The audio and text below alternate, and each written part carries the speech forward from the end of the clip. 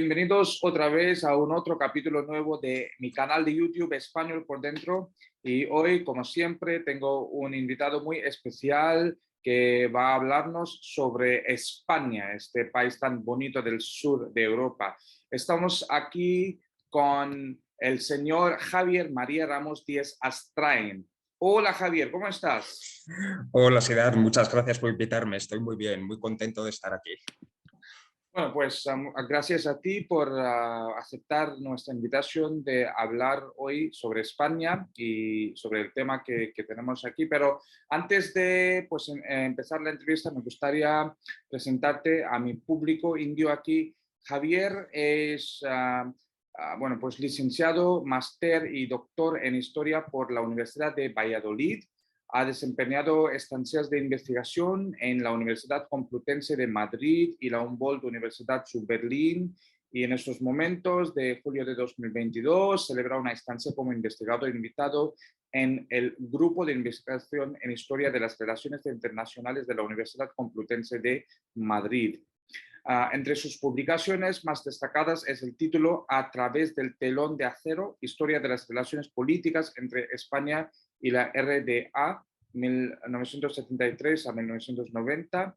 Y hoy Javier está aquí para hablarnos sobre un tema bastante interesante. El tema es del posguerra española, la sociedad española post la guerra civil. Así que muchísimas gracias, Javier, otra vez por estar aquí. Antes de empezar con la entrevista, me gustaría saber qué tal la situación de coronavirus ahora mismo en España. ¿Ya ha superado por completo o todavía pues, siguen con los casos? Bueno, yo creo que está bastante superada la situación que hemos vivido, aunque bueno, yo lo pasé hace poco, por ejemplo, todavía sigue flotando en el aire, pero bueno, están levantando las restricciones, todavía usamos mascarillas en el transporte público y en algunos sitios, pero bueno, en general estamos todos bastante tranquilos. Ya veremos lo que ocurre, todavía no podemos estar 100% seguros, pero bueno, yo creo que aquí está la cosa más o menos controlada. Qué bien, qué bien. Pues me alegro mucho. Y bueno, pues Javier, la primera pregunta que me gustaría hacerte es, ¿cómo era la sociedad española durante la posguerra? Bueno, la situación de la sociedad española en la posguerra se puede describir con muchos adjetivos. Lo primero que hay que señalar es que era una sociedad fracturada en la que claramente había unos vencedores y había unos vencidos. No era una sociedad unificada, sino que la victoria de la guerra, en la guerra de un bando había supuesto imponer sus valores a la otra parte de la sociedad, además con la violencia más brutal y más radical. La represión era muy drástica, entre fusilamientos, encarcelamientos, una red de campos de concentración que es poco conocida por el gran público, pero que se está investigando ahora, la existencia también de brigadas de trabajos forzosos, etc. Y además el hambre se extendía por doquier. La guerra había sido terriblemente destructiva en el ámbito interno, había dañado mucho las infraestructuras económicas y además, justo al terminar la guerra civil, empezó la Segunda Guerra Mundial, con lo cual la coyuntura internacional tampoco era la más apropiada para apoyar una reconstrucción del país. Pero es que además el régimen franquista impuso, tras su victoria, una política autárquica con la cual pretendía más o menos emular la experiencia del fascismo italiano y del nacionalsocialismo alemán, unas experiencias relativamente más exitosas. En el caso español, esta política autárquica bloqueó el crecimiento económico del país durante años, lo que hizo que la situación empeorase pasados unos años respecto a cómo estaba España tras la guerra. Algunos estudios hablan incluso de la utilización del hambre como instrumento de represión política, lo cual muestra hasta qué punto era un problema muy serio. Lógicamente, la situación no era igual de mala para todos los estratos de la sociedad. El régimen franquista se esforzó en devolver a los antiguos propietarios que se habían visto afectados de alguna manera por las reformas de la Segunda República y que ahora eran parte fundamental del nuevo bloque de poder, se esforzó, digo, en devolverles esas propiedades en las cuales su control se había visto afectado, por ejemplo, las tierras. Entonces, bueno, estos propietarios integraban el bloque de poder del régimen junto con el ejército, la iglesia o el partido único y bueno, la sociedad quedó sujeta bajo los instrumentos de estos aparatos, fundamentalmente la iglesia del partido, a la par que la represión, al control total del régimen. Todas las fórmulas de organización social se vieron controladas, nuevamente bajo la inspiración de los fascismos europeos. La sociedad quedó encuadrada bajo los parámetros políticos y sociales del régimen, que perseguía toda fórmula de confrontación social, toda lucha de clases, con una retórica de armonización de las clases que casualmente siempre beneficiaba a las clases propietarias y no beneficiaba a todos por igual. En este contexto se desarrollaron fórmulas de resistencia, en algunos casos resistencias cotidianas a las distintas realidades del régimen, en otros casos formas abiertas de oposición que llegó a ser armada, es el caso de los maquis, etc. Esto, por supuesto, conllevaba gravísimos riesgos. Y bueno, podría extenderme mucho en la situación específica de las mujeres, pero como creo que me vas a preguntar por ella, me reservo para esa ocasión. Bueno, pues muy interesante lo que nos has contado. ¿Y qué sectores eran que enfrentaron las más grandes dificultades, Javier? En primer lugar, lógicamente, los que perdieron la guerra. Y en general, todos aquellos a los que se les vinculó con los perdedores de la guerra. Hubo muchísimas fórmulas de represión, no solo la represión física, de la que ya he mencionado algunos aspectos, sino también toda una serie de mecanismos mediante los cuales se excluía a los perdedores y a los que se vinculaban a los perdedores de la sociedad, de la comunidad social.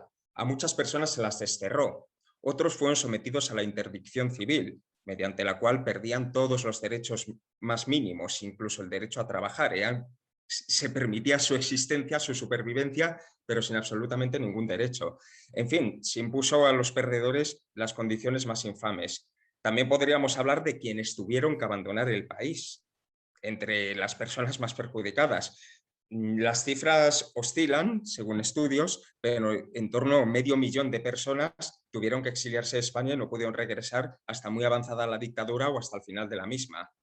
En un sentido más amplio, las mayores dificultades afectaron a las clases populares, a las clases trabajadoras de la ciudad y el campo, que en los años de la República habían ganado muchos derechos que perdieron de golpe bajo la dictadura franquista, viéndose sometidas a una explotación laboral brutal. El fuero del trabajo, una ley elaborada todavía durante la guerra en 1938, proscribía toda forma de protesta laboral como delito de lesa patria. Ponerse en huelga o reducir el ritmo del trabajo, cualquier tipo de manifestación contra las condiciones laborales era un delito gravísimo. Y esta ley imponía un sistema similar al de la Alemania nazi, por el cual los trabajadores quedaban absolutamente sometidos a las decisiones de los propietarios de las empresas, sin poder rebelarse contra ellas. Las empresas eran unidades orgánicas en las cuales los propietarios tenían toda voz y era imposible protestar contra su control. La ley, es cierto, contemplaba algunas medidas paternalistas, días libres, salarios justos, bla, bla, bla, pero no pasaron de ser un adorno sobre el papel en un marco de duras condiciones establecido sobre todo por la política autárquica de las primeras décadas. En el campo, además, se dio una situación muy dura para muchos campesinos que vieron que se revertía la reforma agraria de tiempos de la República y sus pequeñas parcelas de tierra eran devueltas a los antiguos grandes propietarios latifundistas. Estos campesinos, cuando no fueron víctimas de la represión, que también fue así en muchos casos, tuvieron que trabajar en unas condiciones nefastas para esos antiguos propietarios que habían vuelto a adueñarse de las tierras que había estado cultivando su familia. Cuando a finales de los 50, principios de los 60, la política autárquica se cambió por una política de liberalización, el llamado periodo desarrollista, hubo un crecimiento económico, pero este crecimiento económico no benefició a todo el mundo. Muchos trabajadores perdieron su empleo y tuvieron que emigrar, tuvieron que irse de España, esta vez no por razones políticas, sino por razones económicas, pero hubo una cantidad muy grande de migrantes a distintos países de Europa a trabajar. Nuevamente merecerían un comentario específico las condiciones de las mujeres en la posguerra, porque también estuvieron entre las partes más perjudicadas de la sociedad. Pero vuelvo a decir lo mismo, como creo que me vas a preguntar, me reservo. Ok, y ahora pues la siguiente pregunta es bastante complicada, ¿no? ¿Cómo era Francisco Franco? ¿Cómo era su personalidad? Tan complicada como la pregunta. Franco es uno de los personajes más enigmáticos de la historia de España porque se han hecho muchas investigaciones sobre su persona para intentar entender su manera de actuar, y siempre hay cosas que al investigador se le escapan. Era un personaje bastante enigmático, pero sí que podemos decir una serie de cosas sobre él. Podemos decir que era ambicioso, podemos decir que era frío y podemos decir que era calculador. Las biografías que han estudiado su perfil, como las de Preston, Paul Preston o las de Enrique Moradiellos, sitúan el foco en la gran capacidad de adaptación de Franco. Franco supo adaptarse a cada momento histórico, a cada circunstancia, para aumentar su poder y conservarlo contra viento y marea. A los conspiradores militares y civiles, les costó que Franco se comprometiera con ellos, porque Franco, bueno, no quería dar un paso en falso que le pusiera en riesgo, que pusiera su posición en peligro. Finalmente se unió a la conspiración y una vez comenzada la guerra se arrogó una jefatura en los sublevados que no le correspondía ante las potencias fascistas. Envió emisarios a Hitler y a Mussolini firmando como jefe del bando sublevado. Lo hizo para conseguir su apoyo, un apoyo militar que fue decisivo para que los sublevados ganaran la guerra, y a la postre este apoyo fue uno de los factores clave que aseguraron que alcanzara el poder absoluto entre los rebeldes. Tenían unos contactos con la Alemania nazi, con la Italia fascista, que no tenían otros generales. Este fue un factor, según se ha investigado, bastante relevante para su nombramiento al frente de la jefatura militar y política de los sublevados. Una jefatura que estaba llamada a ser temporal, pero que él se las apañó para conservar de por vida. Cuando alcanzó el poder, lo que él llamaba el mando, él siempre hablaba del mando, como en el ejército, decidió no soltarlo nunca. Decidió que era para él porque lo había ganado, había resultado de la victoria. Era un derecho de conquista y le correspondía de por vida. Desde entonces, ¿qué hizo? Manipular a unos y a otros para conservarlo y no correr peligro nunca. El bando sublevado lo integraban grupos muy diferentes, los fascistas de la Falange, los monárquicos, que no eran fascistas, los carlistas, que defendían una dinastía monárquica diferente a la de los monárquicos alfonsinos. Él se las apañó para jugar con unos y otros, también con los militares. A unos les nombraba en tales ministerios, a otros les daba estas responsabilidades, a veces premiaba a unos, a veces castigaba a otros, para sostener siempre un equilibrio entre los distintos sectores y que en ninguno de ellos surgiera ninguna personalidad lo suficientemente fuerte como para desbancarle. Además, reprimió, ya lo hemos comentado, a sus oponentes de las formas más drásticas y generó en torno a su persona un culto a la personalidad, el caudillo invicto. Se vistió con una teoría, la del caudillaje, según la cual, bueno, era poco menos que un ungido por el dedo de Dios para liberar a España del comunismo. El resultado de estos distintos mecanismos fue que murió en la cama como él había deseado en 1975 y a día de hoy todavía perdura la huella de su poder absoluto, de un poder que él con esa ambición y con esa frialdad se esforzó en construir y en mantener toda la vida. Qué bien, qué bien. Muchísimas gracias por contestar esta pregunta tan complicada, ¿no? ¿Y qué cosas pues, le ayudaron a Franco a gobernar por tantos años? ¿Qué hizo? Bueno, voy a mencionar varios de estos instrumentos, ya he mencionado algunos, pero voy a abundar en ellos. Para empezar, la represión fue uno de los instrumentos más importantes.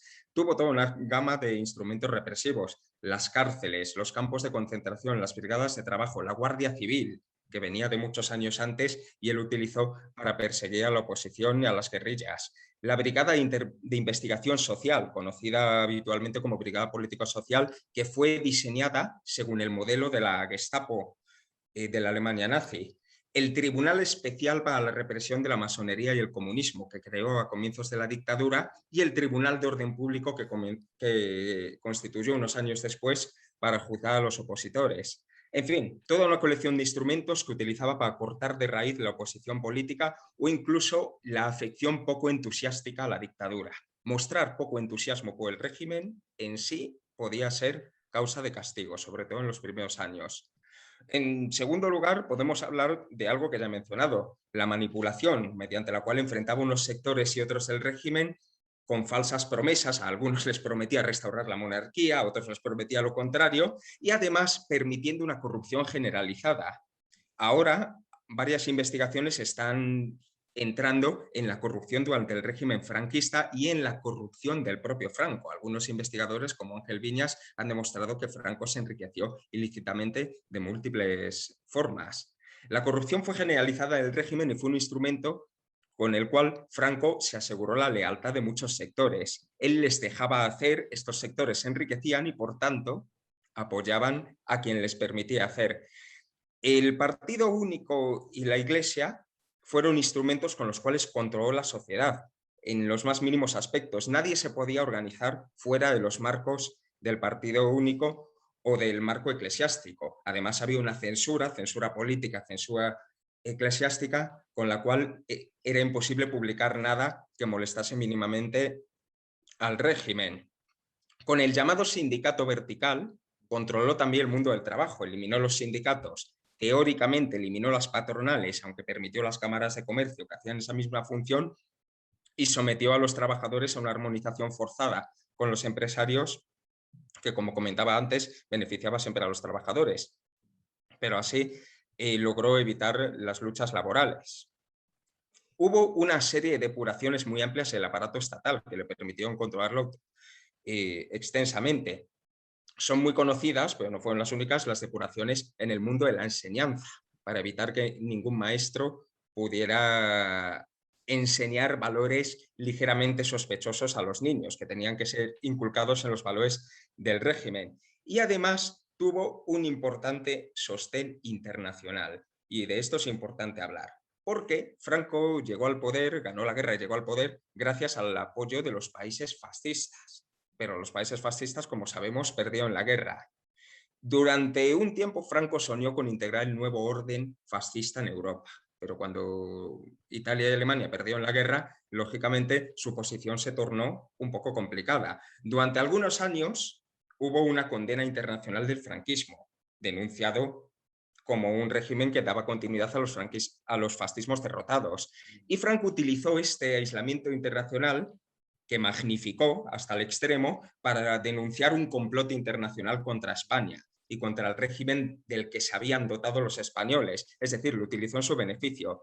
Pero luego, como sabemos, muy pronto empezó la Guerra Fría y además se volvió caliente esta Guerra Fría en Corea, donde estalló la primera de las grandes guerras de la segunda mitad del siglo XX. La guerra de Corea supuso la absolución del régimen franquista, porque el régimen franquista, además de continuista de los fascismos derrotados, era fuertemente anticomunista. El anticomunismo era uno de sus leitmotivs, uno de los argumentos básicos del régimen. Entonces, los países occidentales se dieron cuenta de que Franco podía servir para contener el comunismo. Él asimismo se llamaba el centinela de Occidente, y en cierto modo las democracias occidentales respaldaron esta teoría. En 1953 Estados Unidos alcanzó con Franco unos acuerdos para instalar en España bases militares, los llamados Pactos de Madrid, y mediante estos acuerdos, prácticamente con unos protocolos secretos que además tenían, Franco entregó a Estados Unidos la soberanía española a cambio de conservar su régimen y de ayuda financiera. España no entró en las comunidades europeas ni entró en la OTAN durante la dictadura, pero el concurso internacional, pese a esto, fue determinante para que el franquismo superviviera. De hecho, en la etapa final del régimen, la comunidad internacional se le volvió en contra. Y este es un factor fundamental que explica que tras la muerte de Franco hubiera una transición a la democracia. Y es que internacionalmente, en ese momento, ya no se estaba dispuesto a sostener la dictadura, pero durante muchos años sí. Bueno, qué bien. Es muy interesante lo que tú me estás contando, ¿no? Esos detalles que muchas veces no vemos a una persona en la calle, no ve estos detalles y eso es lo que es más importante, es lo fascinante de Francisco Franco, ¿no? Y bueno, ya me hablaste un poco sobre la situación de las mujeres, pero me gustaría que tú nos hablaras en detalle sobre cómo era la sociedad española para las mujeres durante la posguerra.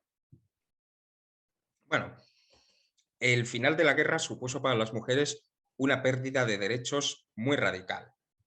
Todos los avances previos en la situación de las mujeres, avances conseguidos durante la República, fueron revertidos. El golpe de Estado del 36 generalizó la violencia contra las mujeres. La violencia contra las mujeres se convirtió en una práctica institucionalizada en el territorio sublevado durante la guerra y en toda España tras la victoria franquista en abril del 39. Esta violencia en parte coincidía con la violencia que se ejercía sobre los hombres. Las mujeres sufrieron idénticas formas de represión. También fueron fusiladas, también fueron encarceladas, también fueron sometidas a todo tipo de tratos degradantes. Pero es que además hubo fórmulas específicas de violencia contra las mujeres, como la violencia sexual, a favor de la cual el general Queipoellán, uno de los generales golpistas, ya había hecho llamamientos al comienzo de la guerra, había hecho llamamientos a violar a las mujeres republicanas. Y esta violencia sexual fue una práctica represiva que se aplicó contra las mujeres durante la guerra y después de la misma. La dictadura, en términos generales, impuso un retorno a un tradicional estereotipo conocido en España como el del ángel del hogar, según el cual las mujeres no tenían una personalidad propia, sino que siempre eran hijas de un hombre, mujeres de un hombre o madres de un hombre. No tenían personalidad propia, conforme a este estereotipo. Estaban discriminadas legalmente. Las mujeres no podían actuar en la mayoría de ámbitos de la vida civil sin permiso de sus maridos o de sus padres, que además podían maltratarlas impunemente. Estaban totalmente sometidas ante los hombres. Su deber era ser sumisas, estar siempre dispuestas a obedecer, estar calladas, no podían dar su opinión, ni discrepar muchísimo menos con los hombres, y no podían interferir en los asuntos que estaban reservados para los hombres. La ley que he mencionado antes, de 1938, el Fuero del Trabajo, excluía a las mujeres del mundo laboral. Literalmente esta ley decía algo así como que las mujeres quedan liberadas del taller y de la fábrica. Liberadas. Las mujeres estaban obligadas, por el contrario, a desempeñar un papel de cuidados. Tenían que cuidar a los hombres. Y cuando tenían alguna implicación social, a través de organizaciones como el Auxilio Azul, creado a inspiración del auxilio invierno nazi, pues era siempre una labor de cuidados. Y sobre las mujeres se impuso un estricto marco moral católico vigilado por la Iglesia y por la sección femenina, que era la organización del Partido Único destinada a encuadrar a las mujeres bajo los valores del régimen. Con lo cual, cualquier tipo de hábito o de práctica no acorde al papel asignado para las mujeres sea objeto de sanción, de reprimenda en el mejor de los casos y de sanciones y de castigos legales y de una represión en los peores casos. Por supuesto, el matrimonio civil y el divorcio fueron suprimidos por el régimen y muchas mujeres fueron obligadas a volver con hombres con los que habían estado casadas anteriormente y se habían divorciado, hombres que en muchas ocasiones las habían maltratado. Pues estas mujeres fueron obligadas a volver con ellos, porque ellos lo habían exigido. Y bajo la nueva legislación podía ser así. La situación de las mujeres, en definitiva, era de represión absoluta y de sumisión absoluta. La obediencia, la disciplina, la obligación de cuidar, la moral católica y el silencio fueron los principales valores a los que debían ceñirse las mujeres, so pena de castigos muy duros. Solo en los años 60, con un par de leyes que hubo en el 61 y el 65, comenzó a reconocerse algunos derechos a las mujeres, pero solo algunos derechos y siempre supeditadas las mujeres a los hombres. La situación de desigualdad perduró durante toda la dictadura, esta situación legal y, por supuesto, esta situación de desigualdad fáctica, en la cual las mujeres dependían de los hombres y no podían tener esa personalidad propia. Bueno, pues muy interesante. Y mi siguiente pregunta es sobre cuál fue el momento destacable en la caída de Francisco Franco. Bueno, yo creo que lo más destacable es el hecho de que Franco no cayera. Franco nunca cayó. Franco murió en la cama tras 4 décadas de poder absoluto y murió en la cama sin que nadie cuestionara su poder. Lo destacable, diría, es que tras su muerte, bajo una crisis social y económica muy importante, con un movimiento opositor que no estaba dispuesto a echarse atrás, que estaba saliendo a las calles, y con un contexto internacional adverso de condena a la dictadura, los sectores dirigentes del régimen constataron que no era viable un franquismo sin Franco y se avinieron a las reformas. La democracia en España tuvo que abrirse camino. no llegó como consecuencia directa al franquismo, no la impulsaron, como a veces se piensa, los sectores del régimen, sino que los sectores del régimen se vieron obligados a dar esos pasos porque el régimen no tenía continuidad posible. Entonces, como digo, la democracia se abrió camino, no sin muchas dificultades, sin muchas resistencias y también sin muchas violencias. Ok, y pues la siguiente pregunta es, ¿cómo fueron los primeros años, ¿no?, después de la muerte de Franco? Bueno, esos primeros años, lo que se conoce como la transición a la democracia, fueron años de incertidumbre, fueron años de ilusión y también fueron años de miedo en muchas ocasiones. ¿Por qué incertidumbre? Porque no se sabía cómo discurrirían las cosas. No se sabía si llegaría la democracia y no se sabía si se permitiría sobrevivir a esa democracia. El rey Juan Carlos, heredero de Franco, no pronunció la palabra democracia en público hasta junio de 1976, en un discurso ante el Congreso de Estados Unidos, en el cual se comprometió a llevar a España por los cauces de la democracia. Hasta entonces no dijo la palabra democracia, con lo cual hasta entonces no se sabía qué propósitos tenía el rey. Y de hecho el gobierno de aquel entonces, que aguantó hasta el mes siguiente, hasta julio del 76, el gobierno de Arias Navarro, básicamente lo que estaba tratando de hacer era tener un franquismo sin Franco, con algunas modificaciones, un poquito de apertura, pero tratando de sostener el régimen. Con el tiempo, como digo, fueron apareciendo certezas. La Constitución de 1978 despejó las dudas sobre el contenido formal de la democracia. La democracia se hacía homologable a otras democracias de Europa Occidental con esta Constitución, pero aún así siguió habiendo incertidumbre sobre la fortaleza del nuevo régimen democrático bajo el peligro de golpes de Estado como el de 1981, también bajo la amenaza del terrorismo y en general bajo el temor a la involución. La democracia finalmente quedó asentada, pero requirió años para consolidarse. El proceso de transición a la democracia no terminó en 1978. Hay que decir que aunque había incertidumbre, también había mucha ilusión. Tras 40 años de dictadura, la sociedad española eclosionó como no se había visto en todos esos años. La historiografía hoy ha puesto sobre la mesa cómo la democracia tuvo que abrirse paso, como decía antes, a base de movilización popular, del esplendor de la aparición de la puesta sobre la mesa de numerosos proyectos democratizadores emanados desde la base. La gente salió a la calle, protestó, hizo sus propuestas y se atrevió a hablar libremente después de mucho tiempo. Se atrevió a hablar libremente, todavía con la policía presente, todavía con la legislación represiva presente, pero la gente se atrevió a hablar, a hacer a expresar sus proyectos y también a protestar. Por ejemplo, en 1976 hubo un volumen enorme de luchas obreras, de huelgas, que llevaron al régimen a plantearse abrir la mano porque eso era imposible de reprimir. También destacó la lucha de las mujeres, hartas de la situación del régimen, mujeres reclamando transformaciones democráticas y transformación en su situación. Hubo protestas por parte de todos los sectores subalternos, también de la sociedad, por unas condiciones mejores en lo económico y en lo político. La sociedad se ilusionó bajo la perspectiva del cambio y empujó fuertemente para hacerlo realidad y robustecerlo. Pero he hablado antes de miedo. Había miedo, no solo por la incertidumbre, porque no se sabía cuál era el futuro, sino porque había violencia. Durante muchos años se ha obviado el papel de la violencia en la transición, pero la historiografía está poniendo cada vez más sobre la mesa cómo la transición no fue pacífica, sino que hubo una fuerte violencia que la puso en peligro durante mucho tiempo, que hizo que la transición estuviera en riesgo de descarrilar en muchas ocasiones. El primer foco de violencia era el propio Estado. El franquismo no se acababa con Franco muerto. Aunque no estuviera Franco, el Estado franquista, la policía franquista, los tribunales franquistas, las cárceles franquistas seguían existiendo, integrados por elementos del régimen que trataban de reprimir en vano las movilizaciones sociales.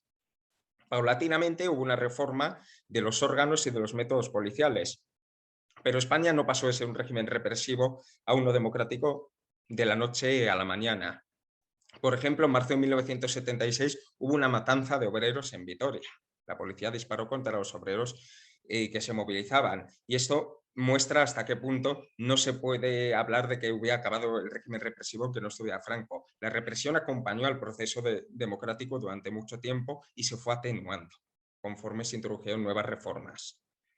También hubo golpismo. El golpismo hizo acto de presencia, las conspiraciones militares, como la llamada Operación Galaxia o como el golpe de Estado en 1981, en el que estuvieron implicados algunos elementos de la anterior Operación Galaxia y que bueno, fue finalmente abortado, pero puso en grave peligro a una democracia que todavía no se había consolidado. Además, hubo un ruido de sables constante ante las medidas democratizadoras. Por ejemplo, la legalización del Partido Comunista de España el 9 de abril de 1977 hizo temer a muchos que hubiera un golpe de Estado porque aquello iba más allá de lo que muchos militares podían permitir. Entonces, ese miedo fue constante. También estuvo el terrorismo de ETA. La banda ETA cometió atentados muy terribles en aquellos años que exaltaron a los sectores más involucionistas del régimen, a los sectores militares, que reclamaban medidas drásticas contra ETA y que consideraban que la democracia era abrir las puertas al terrorismo, que la democracia no valía para combatir al terrorismo. ETA puso en serio peligro la transición, pero el único terrorismo no fue el de ETA. También hubo terrorismo, por ejemplo, de numerosas bandas de extrema derecha que cometieron matanzas como la de Atocha. En fin, la transición tuvo mucha violencia. Estuvo presente de múltiples maneras, pero esta violencia no logró detener el camino hacia la democracia que, insisto, se abrió camino frente a todos los obstáculos y finalmente fue una realidad. Ok, pues muy bien. Y mi siguiente pregunta, Javier, podría tener respuestas en la pregunta anterior, pero ¿cuánto tardó en el cambio de la sociedad española? ¿Y qué cambios ocurrieron después de la muerte de Franco, ¿no? Si me podrías hablar con el enfoque de la sociedad y la cultura, por ejemplo. Con el enfoque de la sociedad y la cultura. Lo primero que hay que decir es que los cambios políticos y los cambios sociales, como suele ocurrir, no discurrieron paralelamente. Los cambios en las estructuras políticas del país fueron muy rápidos. El cambio social profundo necesitó de más años para asentarse, aunque en sí la transición implicó una eclosión de fórmulas de sociabilidad como no había habido durante mucho tiempo. Hablemos de las dos cosas, de las reformas políticas y de las reformas sociales.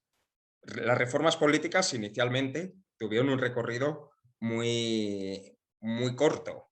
Fueron reformas muy tímidas las que impulsó este gobierno de Arias Navarro hasta julio del 76, que buscaban sobre todo tener un franquismo más aceptable. Sin embargo, el siguiente gobierno, el de Adolfo Suárez, que tenía una vocación más reformista, impulsó reformas de mayor calado. Entre estas reformas estuvo el decreto ley de amnistía a presos políticos, que luego fue seguido del 77 una ley de amnistía que también beneficiaba a muchos elementos del régimen que, por ejemplo, habían cometido tortura o asesinatos. A finales del 76 se sometió a referéndum un proyecto de ley para la reforma política, que establecía las bases para unas elecciones plurales por sufragio universal para elegir un Congreso y un Senado, las primeras elecciones de ese tipo desde la Segunda República. En abril del 77 se legalizó el Partido Comunista, que pudo presentarse a esas elecciones democráticas, a las que no pudieron presentarse todos los partidos existentes, porque no todos los partidos fueron legalizados para las elecciones de junio, del 15 de junio del 77. Estas elecciones las ganó el partido Adolfo Suárez, la Unión de Centro Democrático, UCD, y se constituyeron las Cortes, que empezaron a trabajar en la nueva Constitución. En octubre del 78 se firmaron unos pactos en la Moncloa, los pactos de la Moncloa se llaman así, por los cuales se alcanzaba un consenso sobre la política económica y la política social en un momento de fortísima inflación. Y el 6 de diciembre del 78 se aprobó la Constitución en un referéndum con un rechazo tan solo, quiero recordar, de un 6%, un rechazo mínimo. Con esto, la arquitectura institucional franquista, en lo fundamental, había dado paso a una nueva arquitectura institucional democrática. ¿Qué ocurre con la sociedad? La sociedad desempeñó un papel muy relevante en todos estos cambios. Si no hubiera sido por la movilización social, probablemente los hechos no hubieran discurrido de la misma manera. Yo no puedo decir cómo hubieran discurrido, pero las cosas no hubieran sido iguales. Como te decía antes, hubo un movimiento obrero muy fuerte. Uno de los sindicatos, Comisiones Obreras, que llevaba unos años formándose y que había golpeado muy duramente al régimen, participó en muchas movilizaciones, pero también surgió muchas movilizaciones por parte de otros sindicatos que volvían del exilio, como el OGT, o por parte de organizaciones más pequeñas vinculadas a la izquierda radical que consideraban que Comisiones Obreras y que UGT eran demasiado pactistas con el régimen y que había que ir más allá de sus reivindicaciones. Hubo una eclosión también de pequeños partidos de izquierda radical con estos postulados. El resultado es que la conflictividad laboral fue abrumadora. Asimismo, empezaron a surgir asociaciones de todos los calados. Una vez que la política respecto al asociacionismo se había abierto y que era legal reunirse, legal asociarse, lo cual no había sido legal durante el franquismo. Como decía, empezó a haber congresos también, congresos de especialistas, congresos de abogados, congresos de todo tipo de profesionales reclamando cambios para sus sectores. En general, hubo un consenso social en torno a la necesidad de transformar el régimen y de avanzar hacia una democracia. Por supuesto, surgieron nuevas expresiones culturales que ya habían ido asomando la cabeza en los últimos años del franquismo, pero que en estos años pudieron expresarse libremente, expresiones artísticas, expresiones musicales, nuevos estilos musicales, canciones en las que se cantaban nuevos discursos que antes habían sido ilegales. La cultura durante la transición experimentó uno de los momentos de mayor, de más rápida y de más fructífera eclosión que ha experimentado durante la historia de España, porque era una cultura cuyas bases existían anteriormente pero que había estado reprimida y que en ese momento se liberó como expresión de la liberación de la sociedad. Esto no significa que todo el mundo, por supuesto, tuviera los mismos puntos de vista, pero la gente pudo pronunciarse y pudo salir a las calles, como decía antes, a manifestarse. Hay que decir que también perduraron muchos rasgos del régimen anterior. El régimen franquista había logrado construir algunos consensos y esos consensos permanecieron en la cabeza de muchas personas. Un espíritu inmovilista que no obstante tampoco tuvo tanto recorrido como manifiesta el hecho de que la Constitución solo tuviera un 6% de rechazo. Ese 6% muestra cómo el régimen había quedado atrás incluso para algunas personas que compartían buena parte de sus valores. Por supuesto, el franquismo quedó en las cabezas de la gente durante muchos años. Las estructuras económicas no se modificaron. De hecho, hoy en día todavía muchos grandes propietarios vienen de familias que se hicieron ricas en época de Franco. Se han hecho varias publicaciones estudiando estas familias, esta continuidad entre los propietarios, pero poco a poco empezó a haber transformaciones sociales, porque también hubo transformaciones económicas. Cuando en 1982 el Partido Socialista Obrero Español llegó al gobierno, tras las elecciones de octubre, impulsó la normalización del régimen constitucional, pero también impulsó algunas medidas que transformaban la sociedad. Por ejemplo, la constitución del Estado del Bienestar, de la sanidad pública universal o la extensión del sistema educativo, que permitió a la sociedad transformarse, garantizando una cobertura universal para la población, garantizando también un avance en la alfabetización y una educación en otros valores. En fin, la huella de la dictadura, como digo, ha perdurado el tiempo y todavía queda mucho de ella. El cambio en las mentalidades ha tenido que ir operándose paso a paso. No es fácil pasar de un marco autoritario a un marco democrático. Hay que introducir nuevos usos, nuevas costumbres, nuevos valores, nuevas maneras de actuar, y eso no se hace mediante una ley, sino cuando está tan firmemente asentado como lo habían dejado asentado 40 años de dictadura. Pero fruto de la democratización, de las transformaciones socioeconómicas y como resultado de la propia dialéctica de la sociedad tras la muerte del dictador, España ha ido evolucionando y hoy en día queda bastante menos de franquismo. No obstante, como digo, quedan algunos elementos como el Valle de los Caídos o como estamos viendo ahora con el auge de la extrema derecha, que muestran que no se ha hecho la suficiente pedagogía y que queda mucho por avanzar en pedagogía democrática y en explicar lo que fue la dictadura. Es muy fascinante lo que tú dices, ¿no? Y los puntos tan importantes en este esfuerzo de entender la historia de España, ¿no? Y entender a Francisco Franco. Y me mencionaste el Valle de los Caídos, ¿no? Y ahí viene la siguiente pregunta sobre cuál es la importancia de este edificio del Valle de los Caídos. Te pregunto porque creo que hace 3 años se llevó a cabo la exhumación de los restos mortales de Franco, ¿no? Y esto creo que esto surgió mucha polémica, ¿no? En España. Así que cuéntame un poco sobre este edificio y cuál es la importancia de Valle de los Caídos. Bueno, el Valle de los Caídos lo llamó así Franco, antes era Cuelgamuros, pero el nombre Valle de los Caídos lo recibió bajo la dictadura porque precisamente iba dirigido a honrar a los caídos por Dios y por España, es decir, a los caídos del bando sublevado. El monumento a los caídos fue construido por presos republicanos. Lo construyeron los presos. Lo construyeron en unas condiciones inhumanas, en unas condiciones terroríficas. Había un proceso de redención de penas del trabajo, lo cual significaba que les eliminaban días de condena si trabajaban. Entonces, bueno, mediante ese sistema, muchos presos se vieron ante la situación de tener que trabajar en el Valle de los Caídos y fue unas condiciones muy lamentables. Muchos de ellos murieron en ese proceso de construcción. El Valle de los Caídos iba dirigido a glorificar la victoria de Franco y a glorificar los valores del nuevo régimen. Era, sobre todo hay que decir esto, un monumento de victoria, no un movimiento de reconciliación. No era un movimiento de paz, un monumento, perdón, de paz, sino de victoria, de aplastamiento de un bando sobre otro. Tenía unas dimensiones megalomaníacas y la cruz y la basílica representaban el sentido de cruzada que Franco, con la complicidad de la Iglesia española, había tratado de dar a la guerra. Para Franco la guerra era una cruzada contra el materialismo ateo, contra el comunismo, contra los enemigos de España, y nada mejor que una gran cruz, una cruz gigantesca y una basílica para representar esos valores de cruzada de los cuales el caudillo presumía. Unos años después, el régimen pretendió disfrazar el monumento como si fuera un monumento a la reconciliación.